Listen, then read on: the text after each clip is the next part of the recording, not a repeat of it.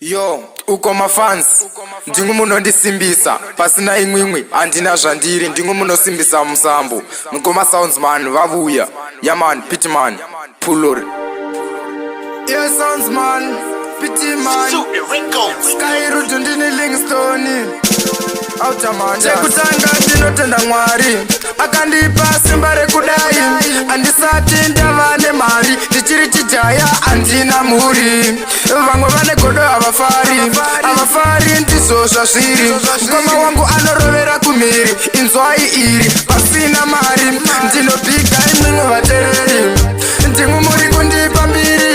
Musipo andina zvandiri, ndichiri kuseri handisi kumberi. Ndinopiga imwimwe vatereri, ndimwe muri kundipa mbiri. Musipo andina zvandiri, ndichiri kuseri handisi kumberi.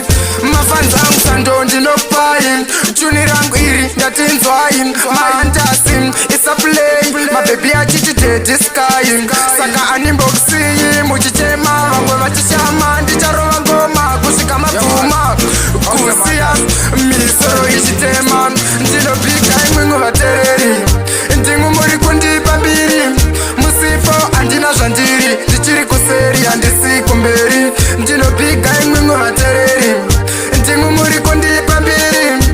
Musipo andina zvandiri, ndichiri kuseri handisi kumberi. Ndini Skyroot ndinosumudza mafanzi, kubva kusimba kubata musanzi. Changosara chete kufamba nebenzi, muwaleti mune maisa nemaranzi. Vanondiona ndichinyora hanzi benzi, ndezveurombe izvo zveumanzi. Zviri nani famba uchitengesa mabhanzi, inini kuserera tensensi. Ndinopiga imwimwe vatereri, ndimwe muri kundipa mbiri.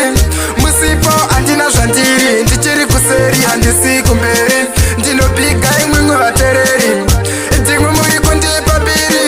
Musipo andina zvandiri, ndichiri kuseri handisi kumberi. Mafanzi angu sando ndinopai, tuni rangu iri ndatinzwai.